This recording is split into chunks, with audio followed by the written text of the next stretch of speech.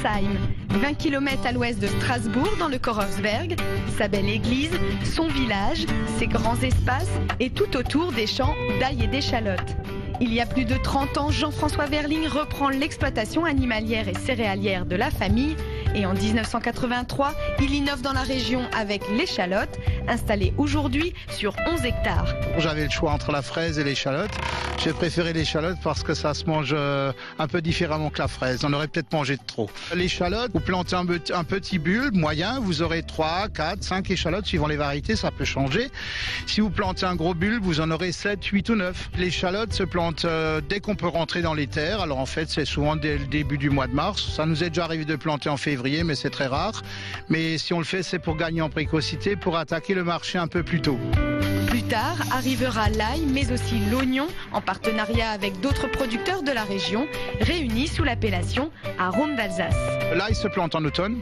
Surtout, c'est celui qui réussit le mieux chez nous. On peut aussi en planter au printemps, mais il pousse, il reste plus petit, il se conserve par contre mieux. Par contre, l'ail d'automne, c'est une spécialité de la région. Il est gros, il est violet, il est souvent très très beau et très sain. C'est vrai qu'on assaisonne tout avec de l'oignon, de l'échalote ou de l'ail.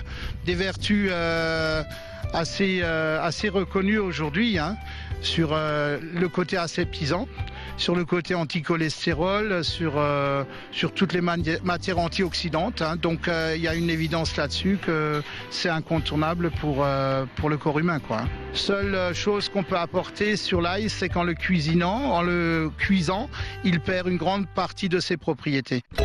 Ces condiments se consomment frais dès le mois de juin ou secs. Il faudra attendre mi-juillet la grande récolte d'ail et d'échalotes pour les faire sécher pendant 1 mois et demi. Le travail du maraîcher n'est pas de tout repos. On sème, on plante et surtout on entretient. Pour des légumes de bonne qualité, Jean-François a ses petites astuces. Supprimer les mauvaises herbes, biner à la main, surveiller les maladies en n'utilisant aucun traitement, mais plutôt des bâches plastiques. L'échalote, comme de nombreux légumes, ont besoin de soleil, mais aussi d'eau. Pour parvenir à irriguer des kilomètres de champs, Jean-François ramène en 1985 d'un voyage en Israël le système de goutte à goutte. Aujourd'hui, même son potager géant en profite. Les goutteurs qui amènent l'eau. Alors il peut être posé n'importe comment, il y a 3 sorties et les goutteurs sont autorégulants. Ce qui veut dire qu'à l'autre bout de la parcelle, comme derrière moi, l'eau sortira exactement à une pression donnée, à 1,6 bar, exactement, à 2,1 litres d'eau à l'heure. Et ce qui est très bien, c'est que ça ne mouille pas le feuillage, l'eau se diffuse directement aux racines. Et ce qui est bien, c'est que dans la serre à tomates, nous apportons avec parcimonie, à travers l'eau comme véhicule, l'engrais. Et dans la serre à tomates, on peut aussi croiser un hôtel à Bourdon. Ces petits êtres assurent la pollinisation des plantes tomates.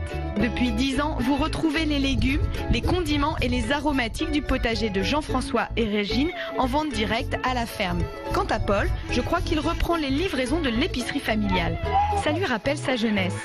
Et aujourd'hui, c'est livraison d'oignons. Ah, chers amis du terroir, bonjour. Eh bien oui, aujourd'hui j'ai repris du service à la HEC, l'héroïque épicerie communale de mon enfance. Et puisqu'on parle de passé, savez-vous que l'oignon est le légume le plus anciennement cultivé au monde? Déjà 4000 ans avant Jésus-Christ, on cultivait l'oignon. Bon, il faut que j'aille livrer ça, hein, parce qu'ils vont faire une sacrée tarte à l'oignon ce soir. Hein. Ça va gazer.